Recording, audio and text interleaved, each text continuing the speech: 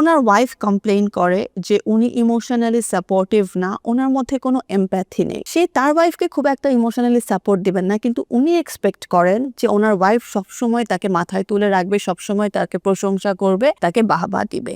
এই সিনারিওটা গ্র্যান্ডিওস নার্সিসিজমের scenario. Research বলে general পপুলেশনের মধ্যে প্রায় 0.5% থেকে 1%-এর মধ্যে এই পার্সোনালিটি ডিসঅর্ডারটা থাকতে পারে এবং পুরুষদের মধ্যে সাধারণত বেশি দেখা যায়। প্রায় 75% কেসই যেগুলো ক্লিনিশিয়ানসদের কাছে আসে, তাদের মধ্যে 75% কেসগুলোই হলো পুরুষরা। কিছু কিছু রিস্ক ফ্যাক্টরস আছে যেটা ছোটবেলাতে থাকে, যেটা অনেক সময় ভবিষ্যতে এই ডিসঅর্ডারটার দেখা দিতে পারে।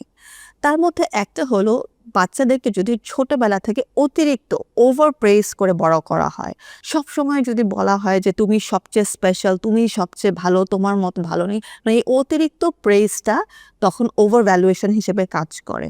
আবার ঠিক উল্টাটা অনেক সময় কাজ করে, যারা সবসময় খুবই ক্রিটিক্যাল কমেন্টস বা খুবই একটা ক্রিটিসিজমের মধ্যে দিয়ে বড় হয়, তুমি ইউজলেস, তোমাকে দিয়ে কিছু হবে না, এটাও একটা রিস্ক ফ্যাক্টর।